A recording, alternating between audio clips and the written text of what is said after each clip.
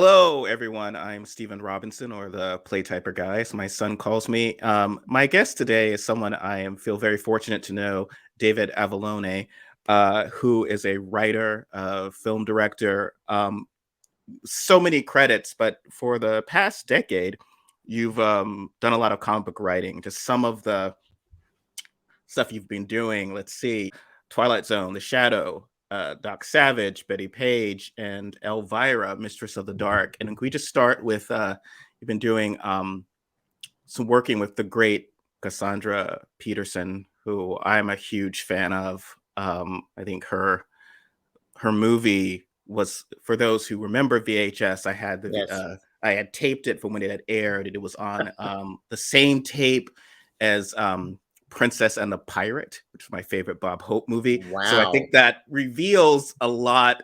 I think my wife would say this is Probably the sort taped of off of very much early, you. probably taped off of early AMC. I'm Yes. guessing the Princess and the Pirate. Yeah. Thanks for having me on, Stephen. I also feel very fortunate to know you.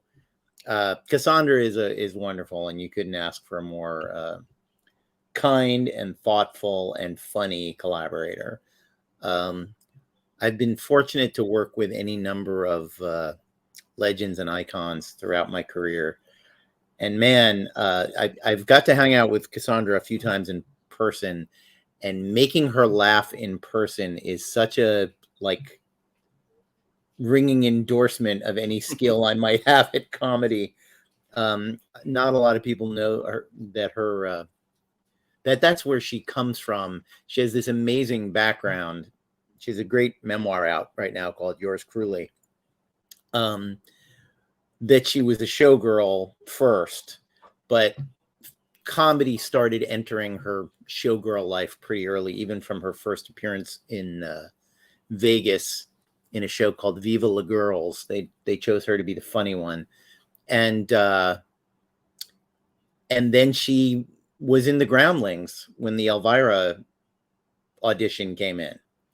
So instead of it being like a horror movie actress trying to be all vampy and sexy and, be a hostess, she was a sketch comic creating a sketch comedy character that has lasted, 40 some years.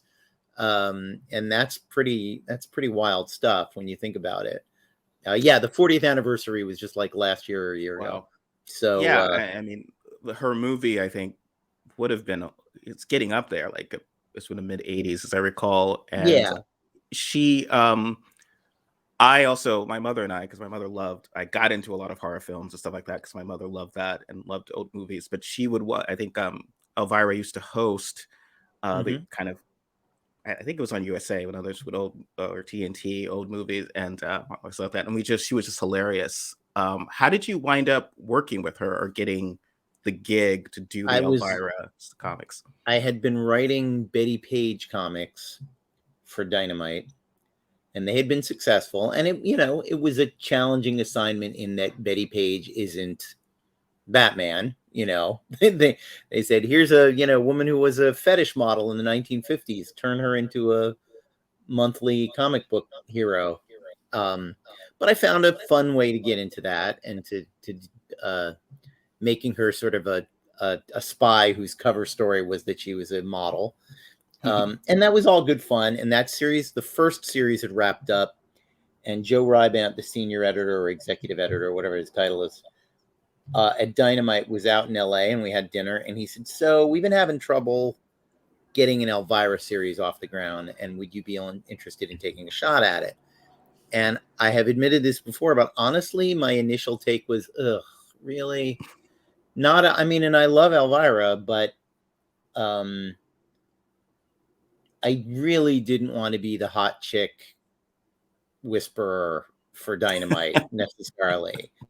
Like, I was like, is this going to be my niche now, where you come at me with a real world person who's not particularly a comic book character, and I have to create a whole universe around them? And saner heads prevailed. My wife is a huge Elvira fan, and she was like, you're doing this job, you're getting it, and I'm meeting her, which I did make happen. We all went out to dinner together at the Dresden a couple of years ago. And my artist that I was mostly working with at the time, Dave Acosta, also a huge Elvira fan, and he said the same thing. And it's funny you mentioned Bob Hope, because part of how I think I was thinking a little too hard about what premise can I surround Elvira with. And he kind of made it clear to me that Elvira is her own premise. Mm-hmm. And you don't need to create a world for her. You put her in worlds and she comments on those worlds. And that's what she's doing. And he actually sent me, we've communicated largely on Facebook Messenger for the past 8 years. He sent me covers of like Jerry Lewis comics and Bob Hope comics from the 50s. And it's comedy. It's not a horror series with a comedy bent. It's a comedy series with a horror bent. And that's a very different thing. And I figured out that it's Mad Magazine. The goal is to get a laugh every panel or every other panel. Not that you don't still have to tell a story, but the persona is, as with Bob Hope, the persona is important than the story. The story is a thing that you're walking through with this other person who is helping you enjoy it, who is commenting on it, who is breaking, they broke the fourth wall in the old Hope and Crosby movies all the time. Is a pretty, Dorothy Lamour will be along presently, I think is in the, there's something about that in the song for Road to Morocco. So that was, once I keyed into that, and the last few series I've done, Elvira in Horrorland and Elvira in Monsterland, which is coming up May 17th, are even more like every issue is a Mad Magazine parody of a movie starring Elvira, where Elvira is sort of stumbling around in other people's movies and making a mess of things and interfering where he shouldn't interfere and all that. And that's so that's the longest possible version of that story. But that's how I got involved with that. Dynamite assigned it to me. And I will say they had assigned another writer to it. And the first thing I asked was, send me that pitch, because I want to know what got rejected. I want to know what failed. And what failed, it was a perfectly reasonable story to put Elvira in.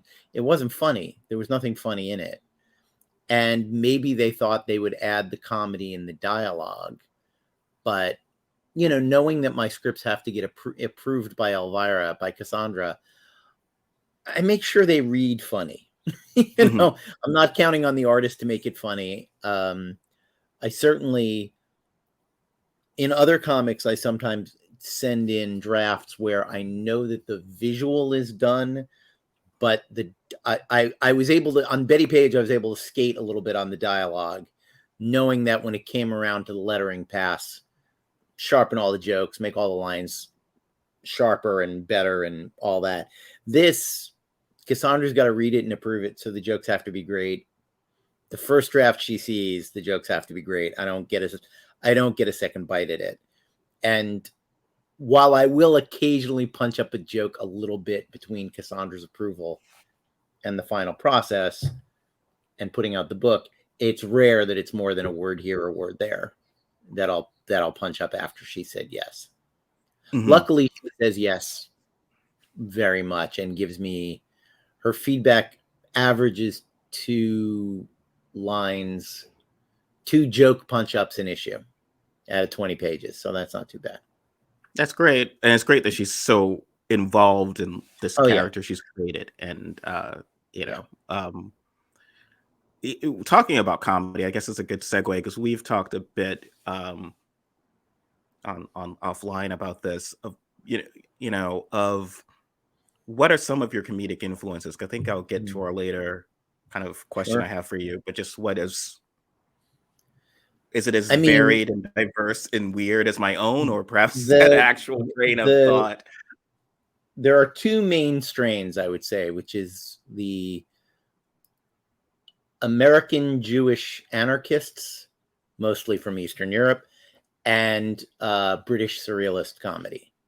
So on the one and by the way, all the American Jew, my father was Italian American, but when I was a kid, introduced me to the Marx Brothers and Bugs Bunny. And he was born in 1924, so I got the very lucky. I got the footnotes to all the 1940s Bugs Bunny jokes. You know, when the gremlin says, "Well, it ain't Wendell Willkie," that's just a funny name, and it makes you laugh when you're a kid. And I had my father going, "Ran unsuccessfully against Franklin Roosevelt for president." That's who Wendell Willkie is, by the way. But yeah, the lineage that goes from Marx Brothers, Bugs Bunny to Mel Brooks. That was my basic American comedy thing. Not to be a hipster about people like Woody Allen. Even before he was a creep, I never identified with the schnook character. Mm-hmm. Bugs Bunny and Groucho Marx are the hustler character. Again, these are also very Jewish archetypes, but is the outsider that gets no respect, but puts one over on the mainstream and on the rich and Mel Brooks is connected to that tradition. Absolutely. Not the loser schnook tradition, which I never I never wanted to be that. I never found any interest in that. And then do you think that Woody Allen took a lot of, I felt like there's a lot of hope in Woody, and I think Allen has stated this, and obviously Bob Hope is not Jewish, and so he is kind of doing his own thing. Yeah. The Bob Hope kind of like, I'm a loser, look at all this stuff happening to me and happening around me thing. And Jerry Lewis is also the schnook character a little more than he's the hustler character. Again, to oversimplify things. And look, when Allen is sharp and witty, it's Groucho. Like there's even the occasional lifted line from Groucho that will come out of Woody's mouth when he's trying to, be the winner in a scene. But so there's that strain that's a huge influence on me. I think, when I was a kid, The Producers, I might have told you The Producers was my favorite movie when I was a kid, which is a funny movie for a kid to love. And then there's this twisted road from like seeing Monty Python on PBS when I was a kid and then seeing their movies, and then liking Peter Sellers movies, the Pink Panthers movies, leads me to here's a commercial for public libraries.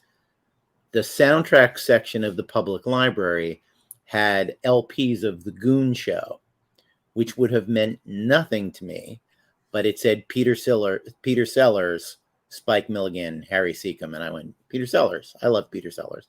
And I went home and listened to the first one that I got. I listened to and went, it was that thing like the first 5 minutes of Quadrophenia where you're like, I can't understand what anyone is saying. The level of accent plus jargon is so high.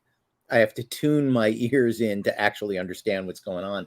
But once I did, that Goon Show, anarchic, surrealist comedy aesthetic really bit me. And there's my favorite form of comedy is jokes about logic that doesn't track. I don't know why I love that so much. I logic that sounds like it tracks, but doesn't track. Like a Goon Show joke. The first Goon Show album I listened to had the line in it, and it's a radio show, so you can do this stuff on radio. As I swam ashore, I dried myself off to save time. Like Gracie Allen would do some of that as well, right? Yeah. But like it makes sense, and yet it absolutely 100% does not make sense. I don't, and that those two formatively were a huge. Those two strains were a huge influence on me, and my comedy is definitely, to the degree that I have comedy, my comedy is definitely an outgrowth of those two things: the joke that where it tracks and yet it doesn't track, and the surrealism, and the breaking the fourth wall thing isn't really as Bugs Bunny breaks the fourth wall frequently. Groucho Marx during a musical interlude in a Marx Brothers movie will walk up to the camera and says, "This is going to go on for a little while. If you guys want to go out to the lobby and smoke a cigarette and come on." come on back. You know, he's going to be playing the More piano in another feathers, 5 minutes at least. So that's part of the anarchy is, as a complete aside, I think this is something so fascinating. Philip Roth wrote an essay once where he connected the Marx Brothers to the phases of he missed such an obvious thing, but he connects the three Marx Brothers to the phases of immigrant assimilation, and particularly Jewish immigrant assimilation. Harpo doesn't speak the language, and he is the lowest on the totem pole. Chico's a little bit higher on the totem pole, speaks the language with an outrageous accent. In his case, it's sort of an Italian accent, Chico. Groucho is assimilated to the point that he's a part of society, and he has the kind of job that a Jewish intellectual can get. He's a college president. He's a politician. He's a lawyer. He's a doctor. Those are the jobs that Groucho has. But he's still viewed with suspicion by rich white people. He is still not. And what Roth, I think, missed is it's right there in your face. Zeppo is he's fully assimilated. He's the white guy. He's the guy that is not viewed with suspicion. He's the clean-cut all-American youth. And it's funny because the four of them have virtually the same face. The Marx Brothers face is a Mr. Potato Head with a different hat or glasses or a mustache put on it. Like, it's the same head. Any one of them could have played any one of the other one of them in a movie. And they did that joke a few times, actually, with Harpo and Groucho, swapping faces occasionally. But anyway, I've always been fascinated by that idea that the Marx Brothers are archetypes of immigration. That's brilliant. And how isn't it? I mean, like I said, I can't believe he missed Zeppo, because Zeppo's right there. Zeppo's right there, being all clean cut. I will say my favorite, as much as people love Night at the Opera and say that's the best one, I think the Marx Brothers absolutely lose someone when they swap in generic Wasp leading man for Zeppo. I think there's something about the movies with Zeppo that's just a little more pure. It's like Paramount the Paramount ones are with Zeppo's in them up to Duck Soup, and then it's MGM. I'm a horse feathers duck soup guy. I think Night at the Opera is fantastic, but Duck Soup's got a little something on it. They're also the movies are slightly more unconventional when Zeppo is in them. They're a little more, the MGM movies are an outgrowth of their success more than the thing that built the success, for want of a better word. If I could get back to, and you mentioned Peter Sellers, because I'm a big fan of his, and Lolita, which should not be funny, the film Lolita, but he's hilarious in it, and so is James Mason, sort of in that kind of British surrealism. I will argue with you, though, that I think Lolita should be, the book is a comedy, and I think if you see he makes Sellers, and it's Kubrick's genius, I think, that Sellers makes Quilty way funnier than he is in the book. Mm-hmm. Admittedly, it's, Nabokov, I think, does some work on that. The script is credited to him. I don't know how accurate that is. But Sellers makes stuff that on the page wouldn't be as funny. Absolutely. That whole monologue at the hotel, I can't even remember the name of the character. He's brilliant. You're a normal guy. The manager is a friend of mine, Mr. George Swine. I'm sure I could get you a better room. I mean, it must be nice to have such a tall, swell, small girl like that. That the way he does all of that is funny, but terrifying, because the tension is building. Absolutely. You're supposed to be so afraid. Because this point you've imprinted upon the pedophile, but oh my God, the cop is like the tension is building, but it's funny. It's a brilliant. In some ways, the Quilty aspect of the movie is, I would say, outstrips the book in terms of, Quilty isn't quite as terrifying in the book as he is in the movie. Sellers gives him flesh in such a disquieting way, and Mason is underrated. I think one of the darkest things ever in a movie is him reading aloud Shelley Winter's love letter to him and laughing his ass off. He's so, my darling, I love you. You know, the way he's just like can't get through it. I must stay away from you for my own safety. Like he is so fucking funny. And I do agree with you that Lolita, the book is funny and the film.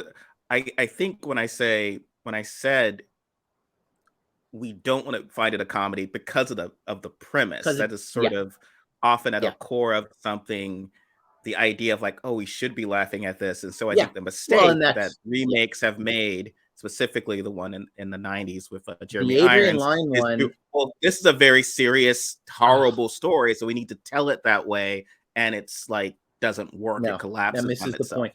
I've always said that the Adrian Lyne movie is literally the movie that Humbert would have made. Like, it's the one where it's a tragedy and he's the tragic hero. Like, no, that is not the...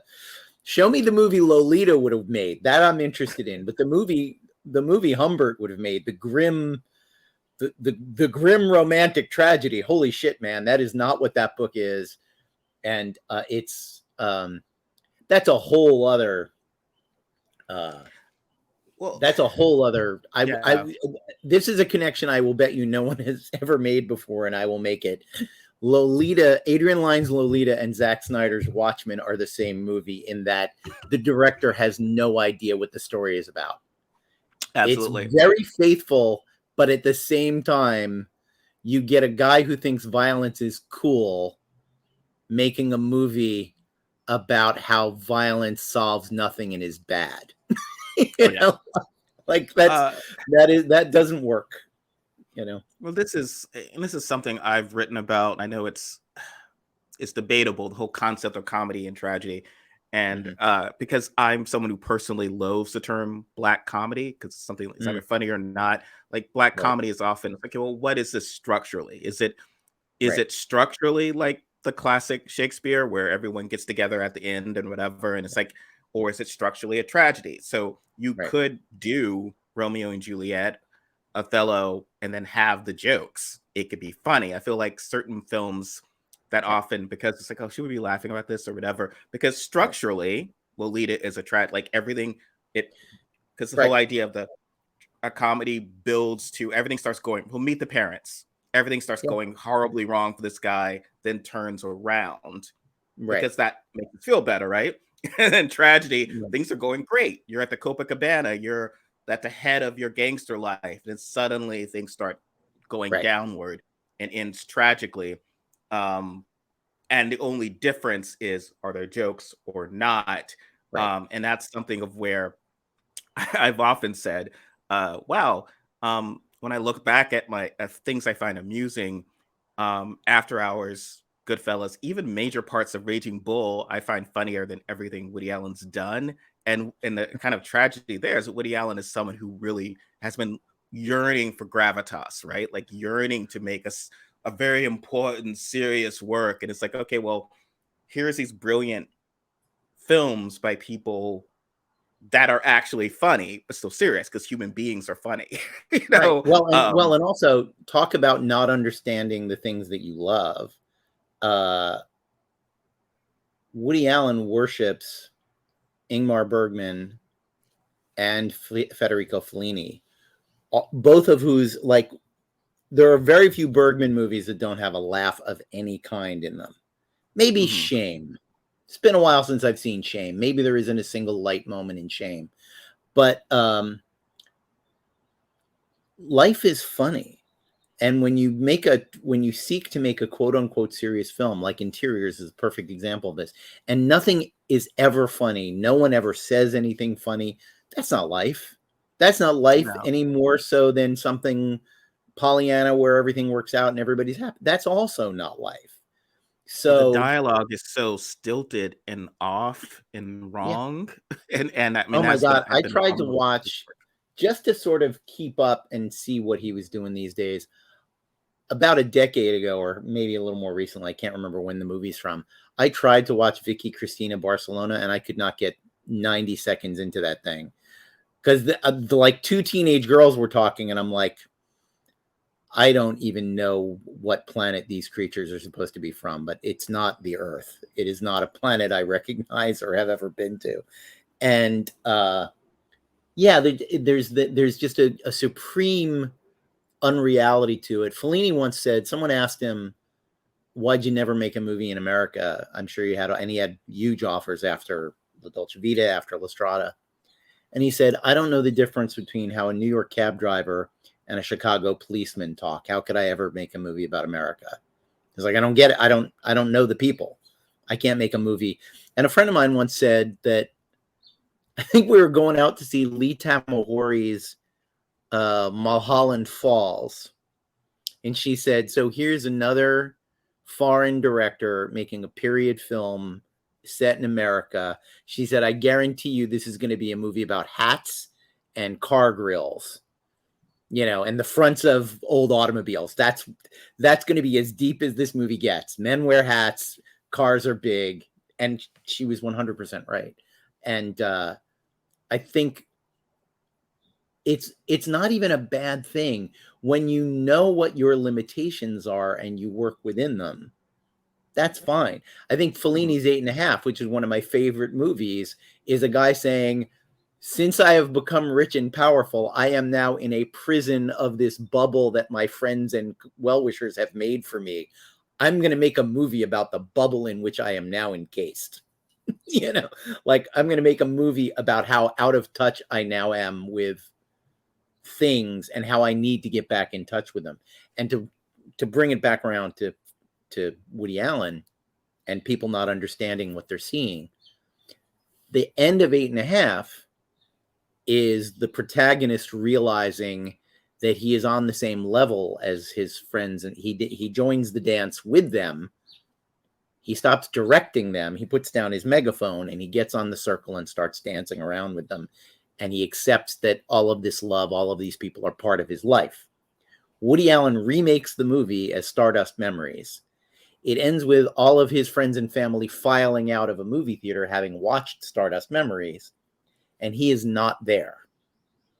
And once they've all gone, he walks in alone, stares at the empty screen for a minute, and walks out.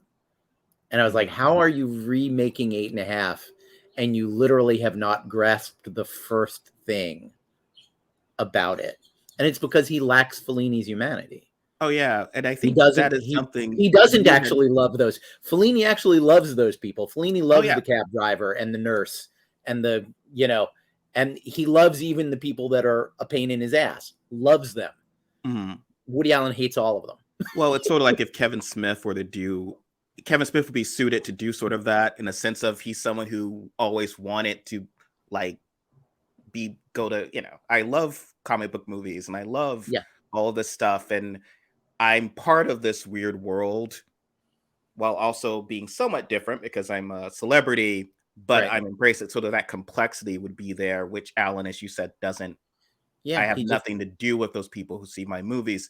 It's interesting. So talking about, I've really come to appreciate Mel Brooks's work.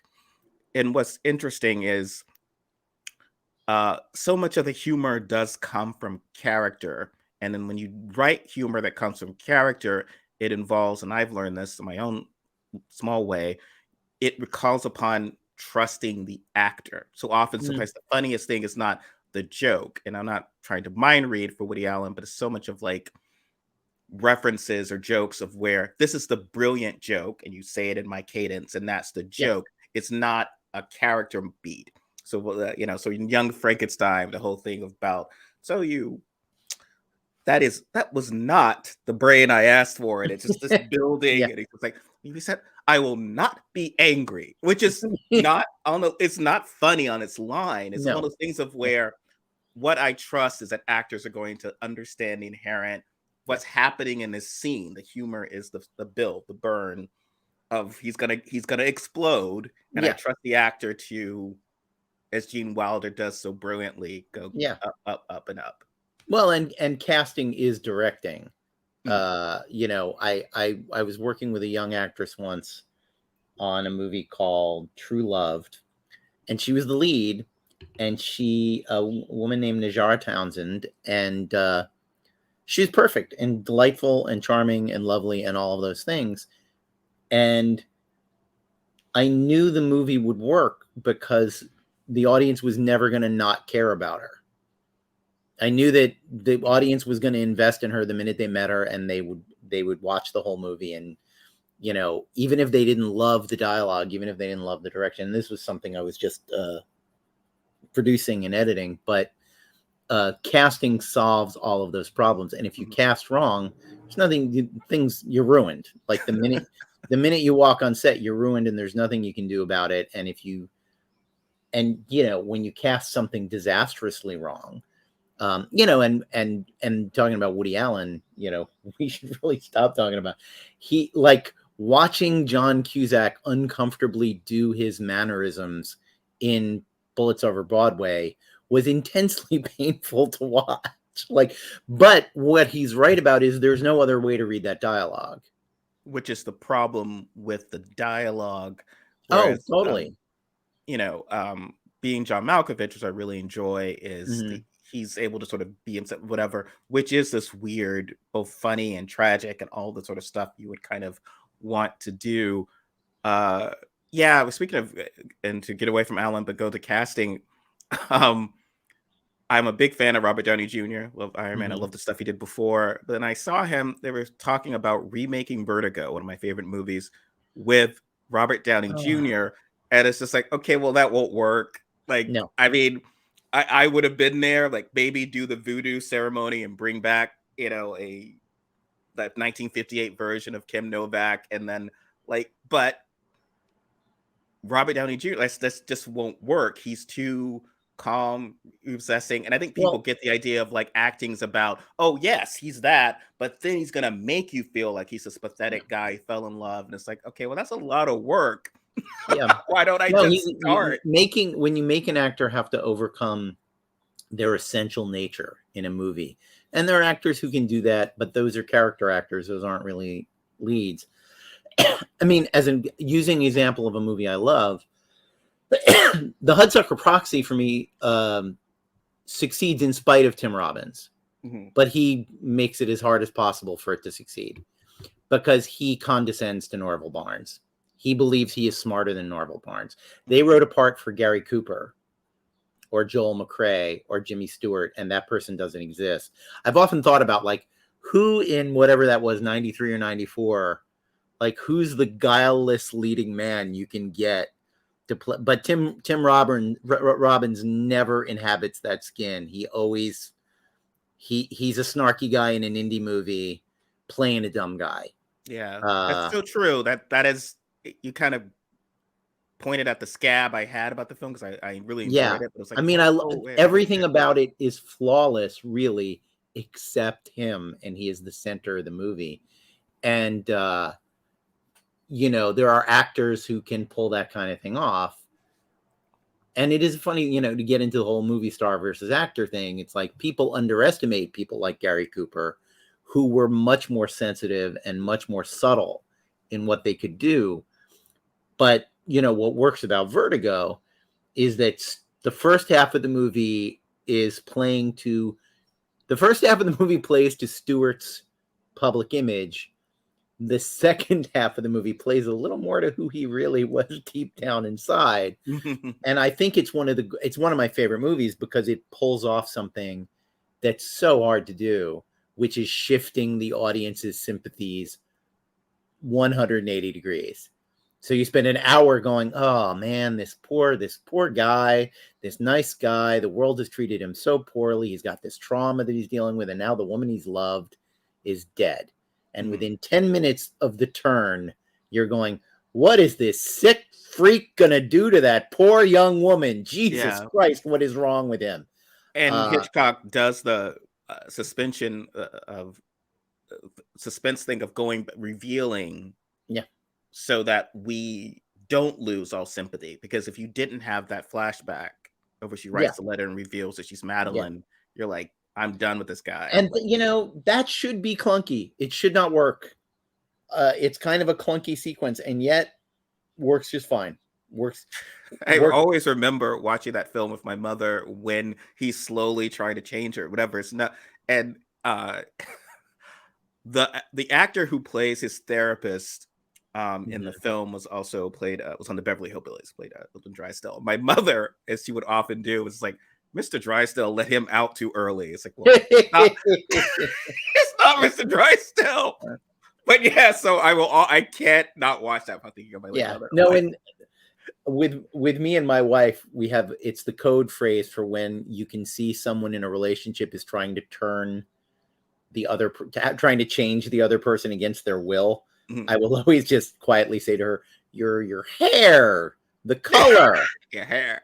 One less. It's It couldn't mean that couldn't much mean to much to you. you. Oh my Yeah. god! And that only worked. Like, but Stuart at the end with his breakdown, he's just like, "What happened to you?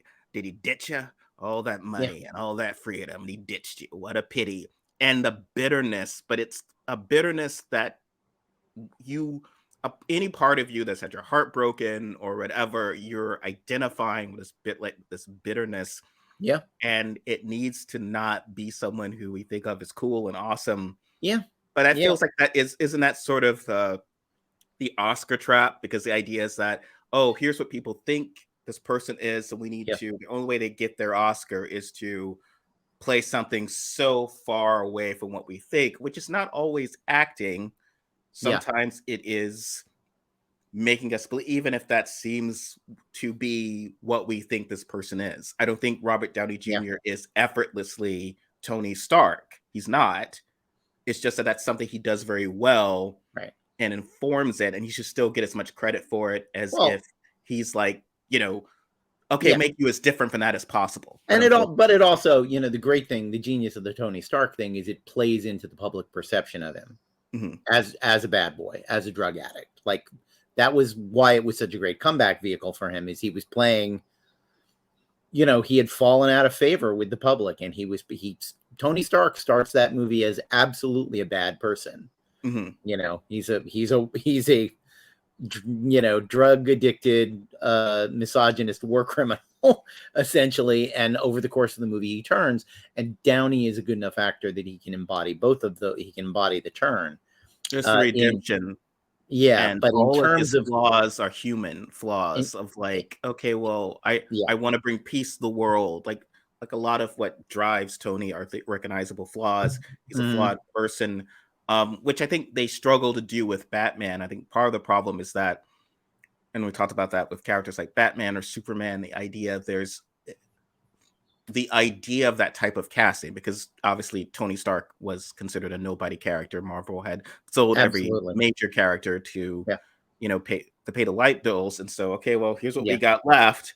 yeah, And that would be dangerous of being like, okay, well, why don't we just do Superman? Let's find something. It's like, okay, play this character and let's distill it to what the actual arc is, and then like do everything that leave everything else behind mm-hmm. is very very risky. They have trouble doing that with unfortunately with a Bruce Wayne who my wife and then a joke we have, apparently we always say that what we want to do as parents is to make sure that if we're ever gunned down in an alley, we have an actual support system of friends that our son doesn't have to live with our butler. Like Right. there's actually somebody, like, actually, even if it's like David, could you watch your kid? I know we Sure, don't want sure. But anybody, so he's the not other raised by a butler. the other thing about that, though, is I think that one of the things that doesn't track well about that character is when Alfred suddenly becomes the sweetest old man in the world, Mhm. instead of a cold, forbidding, unemotional butler. It also, like, if he's raised beautifully by this sweet old SAS commando, why is he turned into this weird, obsessive guy who beats up muggers? Like, Well, what? because that's What? not, he was a dad for generations, right? Like he's the coolest dad in the world. And Yeah, so in a way, the Adam West version, he was like a normal person, but like, I want to help people in my yeah. way. Well, that's why I am not the one who made this observation, but I think it's the best one. When Frank Miller does Dark Knight Returns, everyone seems to forget that 65-year-old Bruce Wayne, broken, tired, and living in an apocalyptic dystopian future. Mm-hmm. When it became the most popular Bat thing ever, people started writing 29-year-old Bruce Wayne as that guy, as the broken 65-year-old who hates the world. It's like, no, I was like, why can't he be Zorro?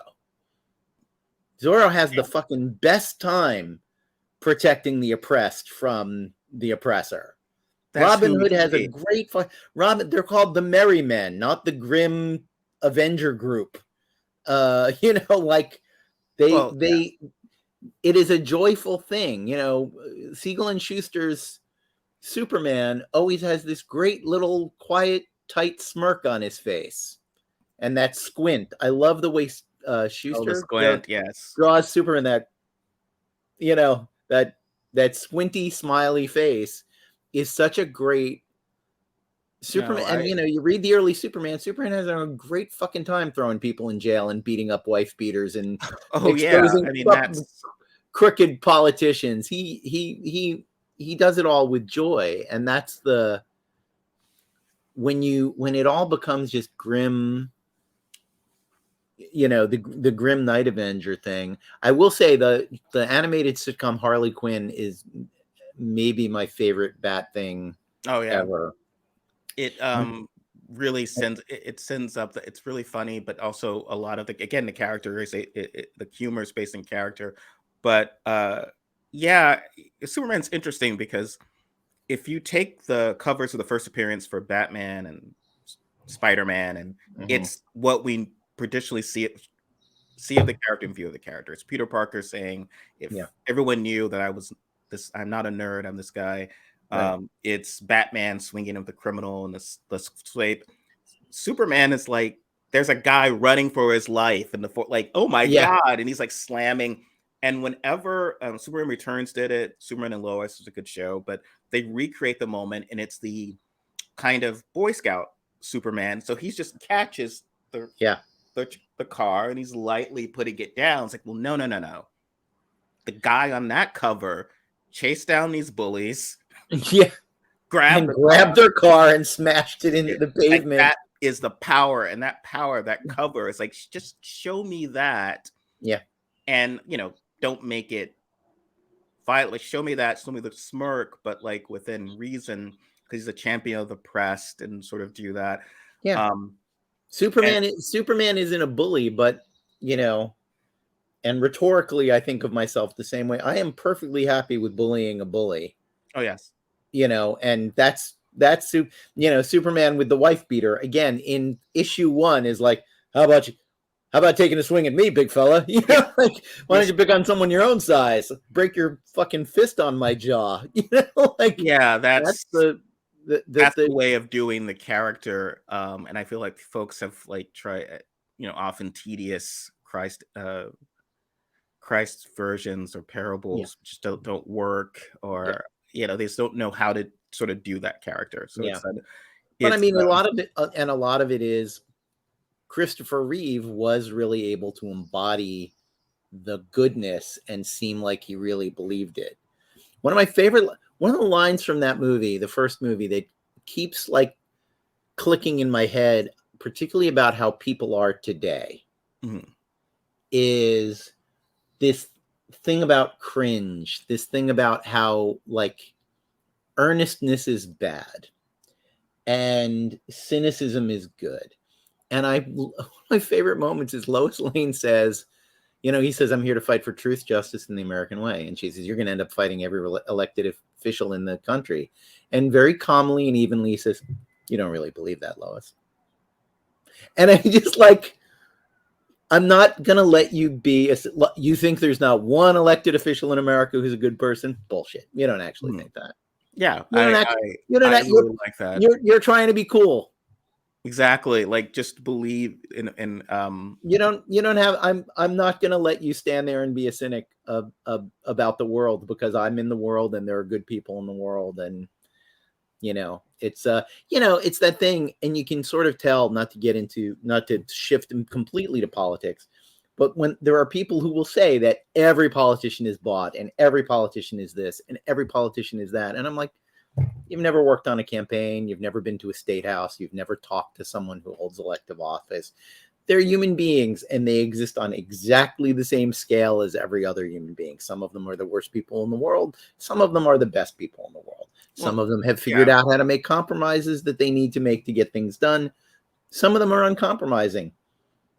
Some of those don't get anything done. Make the wrong compromise, and we don't. It's all messy. Yeah. And I think that does go back to what we're talking about, Woody Allen, if I will say, because it's the idea of, sometimes I'll watch some of the older films and it's like, oh, this is young adult. No wonder the reason I don't like this as much, because I'm no longer 19, right? I'm no longer, I'm going to quit the show because you're not doing this kind of humor. I'm going to do, like, it's very young adult targeted, and you grow past that and you realize life is more complicated and other things start to appeal to you. And in a weird way, and people will be surprised, like, oh, how come the producers is more complicated? Or you think that, Young Frankenstein? Well, yes, because it's like, as an adult, it's like, oh, I don't want to be connected to my family. I want to be Frankenstein. I'm learning to embrace my full family. I'm willing to, there's failure. I failed, but maybe it won't work. Or, maybe I'm going to try to con some little old ladies and try to find people, but that won't work. And I'll make my, I'll meet my friend. Life is complicated. And that's literally two Jewish guys putting on a Nazi propaganda play to make money. Mm-hmm. That's not morally complicated. That's exactly. like as morally complicated as it gets. And, the other thing that I love about that movie is they don't get away with it. Yeah. They are put in jail for it. And the ending implies that they're going to pull the same scam in jail without using Nazi propaganda. And that they're going to be fine because they have taken control of their surroundings. But nowadays, I think there's been a shift in movies where, like, nowadays, if you remade The Producers today, they would absolutely get away with it. They would absolutely end up in Acapulco with all of the money because, Well, the idea is that the world is so dark and dismal, you can't have that bright light. We're not going to, you're not making a superhero movie, you're making this, and again, that's the sort of cynicism that I tend to think isn't that effect. It is in a way, it's somewhat juvenile. The world is complex. It's easier to say that all politicians are bought, or that all politicians all politicians are great, and my favorite person never makes a mistake. So that type of, and I get that as well. I will sometimes criticize. It's like, oh, so you don't like this politician? It's like, no, I actually do. I voted for this person. Whatever. Obama made a mistake here, but like someone will take one thing and be like, oh, that must mean this, because everything's sort of Well, I ran into some woman on Twitter the other day who was saying she wasn't going to vote for Biden because he approved the Willow Project. So I researched the Willow Project. Yeah, it's bad. It's terrible. Oil drilling in Alaska. Terrible thing. He shouldn't allow it. You know what net effect it has on carbon emissions in the world?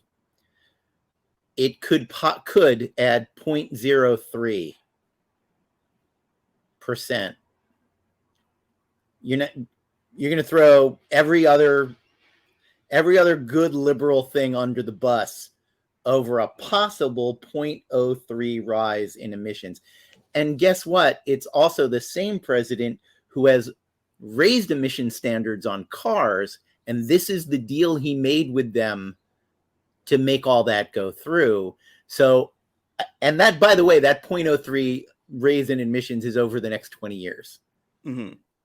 The next 20 years, during which, if we follow the Biden administration's policies, there will be no, the electric cars will dominate the car market, and hybrids, and emissions will drop. Like, there's no balance. He's doing this one bad thing that I hate, and it's the worst thing in the world. And it's literally, she posted a picture of a polar bear where it said, "This makes climate change irreversible." I was like, it really doesn't. And This one thing, it doesn't. And if that's the thing, but I think there are people looking for a simple explanation. It's oh the yeah, whole, it's religion. Her religion is that Willow is Satan, and therefore Biden is Satan, and therefore no other moral considerations enter the conversation. that's I so don't know what you weird can do because with that. folks like that are so often, as someone who works in the theater world who loves comics, are the same snobs who are like, ugh, comic book movies. Okay, well, you don't like actual complexity. Go see them because Superman wouldn't have to compromise. He would find Yeah, a way to not do the Willow Project, and then he doesn't have to make a deal with Lex Luthor because that's Superman. That's why we see those movies. yeah, But in the real world, maybe okay, fine. Like, and then there've been Superman comics where he has to stop Darkseid, and I was yeah, like, well, you wouldn't even be the one to do that. It's like, okay, no, don't team up with Lex to start Darkseid. It's like, okay, right. well, now the Earth is all blown up. Even Superman understands that. Okay, well, maybe I need to make this deal right now. Yeah. So it's like, but that's so. It's a very it is sort of the YA type of thing of where Yeah, you don't make compromises, you don't make and and I and get that. and don't have heroes that you don't fully understand. That you don't.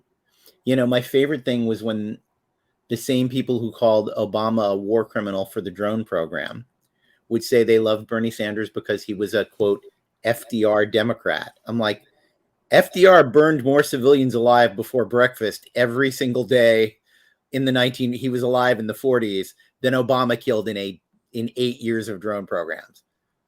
Like literally, and Obama was killing civilians accidentally. FDR doing Not it on purpose totally, yeah. with intention. Like, and it's like, you can say that the drone program is bad. That's fair. But it's, it certainly was. But the alternative isn't no drone program. The alternative is we don't do anything about global terrorism, or the other alternative is we drop the 101st Airborne on every village with a terrorist in it, and kill every civilian Mm. instead of just the 10 people who got hit by being too close to an explosive. I'm not defending it. I'm just saying you have to look at it. If you look at the arc of how, as an example, the United States Air Force conducts itself, it is moving in a better direction since 1945, undeniably. And that's, you can live in a world where you can want to live in a world where there's no war, and then Vladimir Putin comes along and that he's going to start a war. Yeah. Like, someone has to do something about that rather than just let people get crushed under tank treads. Oh You yeah, know, it's sort of like the idea that people who say let Putin take over Ukraine are anti-war. So no, they are pro-war because they're just pro Putin winning. yeah, Um yeah, the sort of is interesting because a lot of exploring political issues, whatever, are often very compellingly done through genre, through oh, stories, absolutely, and so forth. Um, but when you were talking about the assimilation using the Marx Brothers, it just reminded me of, because I've been writing about this. So there's the new Little Mermaid coming out. Little Mermaid's a very complicated story from the start, right? Like it's yeah, and it's one of those challenges because this will often come up with pieces are um it's called color evasive casting, so they'll cast in that without necessarily, okay, well, now what story are you telling by putting hmm a person of color into the story? So aside from the inherent sexism of the remake, because the in a weird Twilight Zone way, the original Hans Christian Andersen Little Mermaid is like have Rod Serling come out the end and say, this is what happens when you try to assimilate. yeah, It's bad. Like absolutely, you give up your voice, what makes you unique, and like she's literally in pain to walk yeah, on her fake legs. Like this is saying don't do that. But Disney said, no, let's make it a happy ending where she leaves her family and everyone behind to become, and obviously because Ariel is white, presents as white in the original Disney film, they talk about the inherent sexism of it. but it's also overtly a pro-assimilation kind of abandon your heritage thing, and yet without any, to me, any sort of awareness of that, they cast a Black Ariel. And of course, obviously, the you get the mermaid science racists like uh, Matt Walsh and others, but more, it's just from my point of view, it's like, oh my God, how are you? This just is not working. How does this Yeah. work? It's No, overtly. it is not great to have a Black woman singing "I want to be where the people are." You're not people. Your family isn't people. Your dad isn't. You aren't people because you're fish. I guess there's a lot of that. I think you can definitely fall on your ass. And I'm all for colorblind casting as long as you understand what you're saying. There's a remake out there of Great Expectations in which the female lead is now Black. And I can't remember if the male lead is, but there's sort of like to invert she's the high class woman he can't attain in post-Victorian England, and she's the Black lady. Like it's just a weird ass. Yeah. Things come with cultural associations, and having that be like, I'm the ruling class. Really? If You're you the want to ruling do class? that, do it in Star Trek land, right? So Yeah. she's a Star Trek world. So you can flip that stuff, do essentially steal Great Expectations and set it on Vulcan or whatever. Right. And that's just a lot of what science fiction and But Roddenberry have done. But in our real world, these Yeah. things happen. And to me, that's as damaging as not teaching about segregation and race. Yeah. I tend to resent when it's like, okay, things were really sexist and really racist, but here's where, the the woman is like, oh, well, you don't respect me as a detective, and I'll prove it to you. And now suddenly everyone respects her as a detective, which then sort of to me implies that all the women of that period who were actively oppressed just didn't want it hard enough. This didn't work hard enough. Yeah, no, there's the great joke about that in that Simpsons episode, Homer's Phobia, where Homer comes around to the end that homosexuals are human beings, and John Waters said, and all I had to do was save your life. And it's presented with a laugh and a smiley face, but the reality is right there. I did have to save your life for you to think that I'm a human being. And what the hell? It's just like, I don't have a lot of skin in the game, no pun intended, in terms of what color James Bond is. But the problem with Black James Bond is upholding a colonial empire.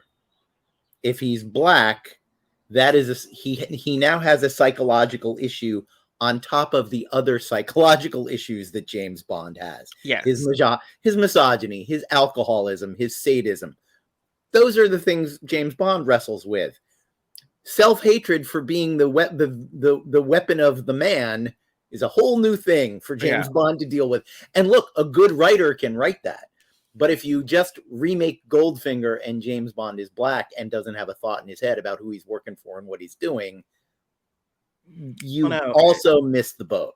And it's a sort of opportunities like with the Jason Bourne or even what Cruise did with like the now almost 20, almost 30-year-old Mission Impossible series. It's like, well, those are Bondish things that you could have cast a Black actor in. And casting a Black actor in 1996 as Ethan Hunt works perfectly fine and has a lot of the spy trappings, but Bond sort of means something. I'd worked on because I've adapted some books to the stage, and one that had been adapted cast a Black actor. You want to support that because you don't want to, especially me as a Black person, to be like, yes, don't cast a Black person and give them a chance to play a leading role. I would never do that.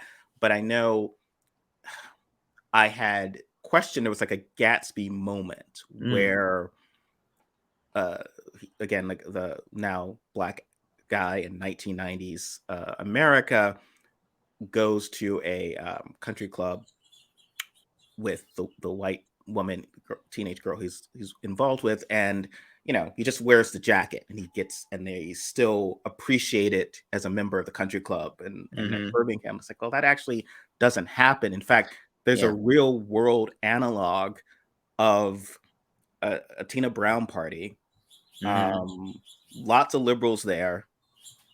A then unknown Barack Obama, but up and coming, repeatedly mistaken for the help by Yeah. liberals, like white liberal, like, because that's the world in which we live. Yeah. And it's very hard to replace that. So often the question is sort of, okay, well, maybe don't tell the Little Mermaid or try to change it. The Little Mermaid's the hardest. Little Mermaid is just one of those House of Cards things, which is like, Oh, okay, you absolutely. And can't look, do you this. know, the thing that I would always say, and it's funny because eventually Idris Elba said the same thing in his own way. When people would say Idris Elba should play James Bond, I would say, no, Luther should join MI6. Yeah. Make that movie. Make Luther in MI6. That sounds fucking great. I Yeah. sign up for that right away because that's a great character who has his own issues and you can deal with them there. I also want to, while we're talking about Star Trek and science fiction analogies, I want to put in a word of admiration for one of the most maligned hours of television anyone has ever created, which is Let That Be Your Last Battlefield. With the black, white, white, black thing. Mhm. It struck me like a thunderbolt about a year ago why that's an act of genius. You're making a show that takes place in the 23rd century where racism more or less has ceased to exist among the enlightened folks of Starfleet and the Federation. How do you do a show about racism where there are two distinct races, but the audience at home is in the same position as the Starfleet officers and don't notice it? Mhm. Because no one who has ever watched that episode has seen the first scene and gone, oh, Frank Gorshin is white on one side and black, and the other guy, you absolutely see them as the same race. Yeah. And when Gorshin, no, but I am white on the right side and he is black on the left side, you go, oh, And it's absurd, yeah, right? Like, yeah, I guess that's correct. And as fucking nail on the head, unsubtle as that is, the brilliance of creating a metaphor for racism that is invisible, where there's an absolute biological difference that is right there if you look long enough, and it's completely invisible to a normal human being just looking at it. That's hard. Try to come up with one, and that is friggin' hard to do. And the fact that those writers came up with, we're going to do because if they were transparently different colors, it's a whole different episode. We go, I mean, imagine if the episode was, well, obviously you guys hate each other. You're a green guy and he's a blue guy. Sure, that happens all the time. But instead it's, but you're this, come on, man, what's that? That's nothing. oh yeah.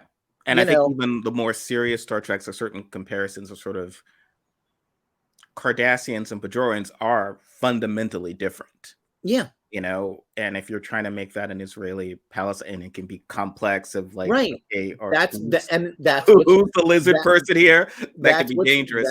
that's why that's not as good a metaphor. If you put a Palestinian and an Israeli next to each other in a police lineup, pick, if one of them doesn't have payas or is wearing a prayer shawl, you'll never figure it Yeah. out. I mean, yeah, they should have either all looked like Bajorans or Cardassians with just a Well, very and to be fair, I think without even realizing, I don't know that it's intentional. If you remember that, again, I don't think it's intentional. I don't think Roddenberry sits down and says the Vulcans are going to be an analog for American Jews. Mhm. But he casts Leonard Nimoy, and Nimoy is a part of the process, and he keeps reaching back into his own past and his own culture to bring things to the Vulcans.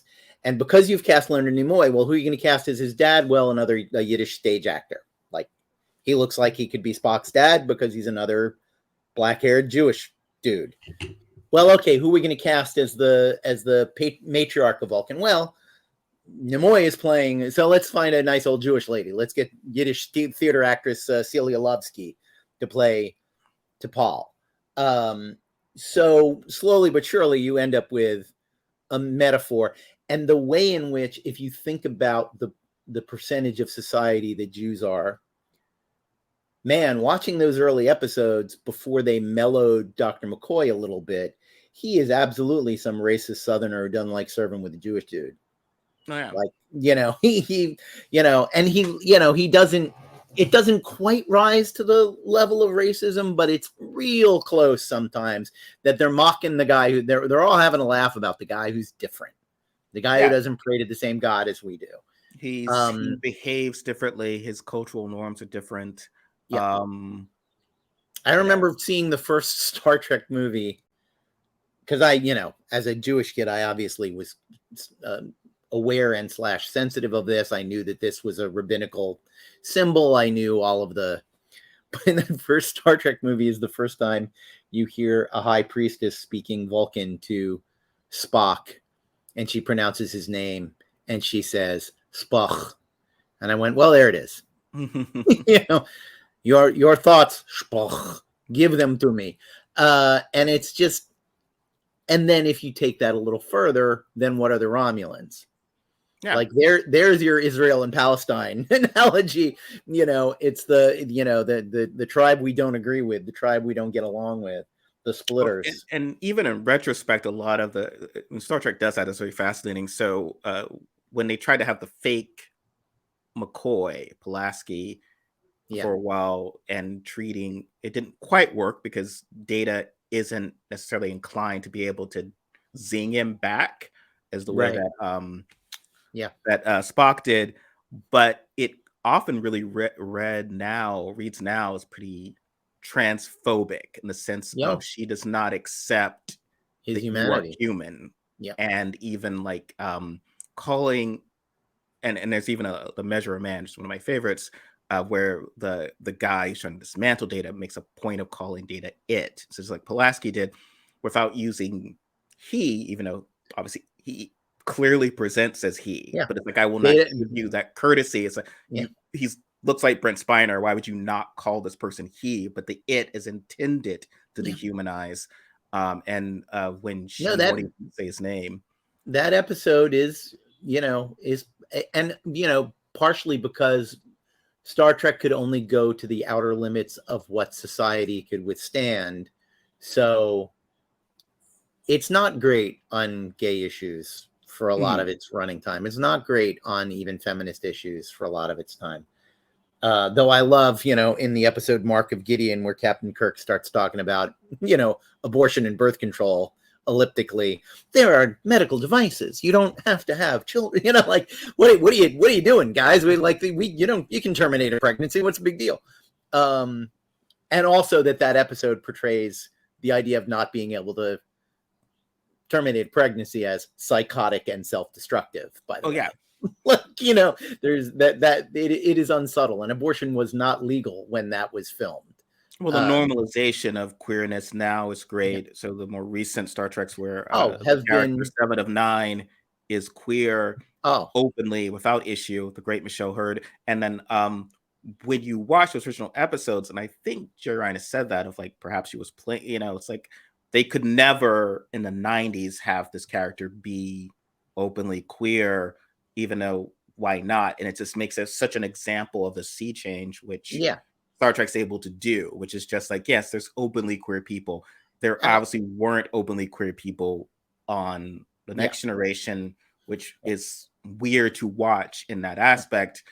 But, you sort of can gloss over. I mean, I think one of my, I guess, before we can move on, I find what is very fascinating about both Star Trek, but also superhero stuff as well, is when in the real world you're confronted by such sort of comic book villainy that you're sort of, oh wow, it's like how do you not know you're a villain? So there was the guy Harlan Crow, Supreme Court Justice Clarence Thomas's sugar daddy, and he just collects Nazi memorabilia, and he collects that's some Bond villain shit right there. The statues of dictators, which is stolen valor in a way, because it's like these oppressed people toppled these statues, then people took them, stole them from the country. They should be in a park to commemorate that, but instead it's like some rich jerk is able to buy it and put it in his yard. And people have justified it and rationalized it. And so while this was going on, I was watching one of the Picard season 3 episodes where there's this battle in Data's mind between himself and his evil twin Lore. And Data has all his mementos or memories of his Right. loved ones, if it's things that matter, of like, and lore is like, if you looked in my mind, you'd only see things that, conquest, Right. victory. That's the stuff that shows success of a life. And Data's very calmly of like, well, no, I mean, the things that these are my here's loved my ones, cat. my cat or whatever. It's Yeah.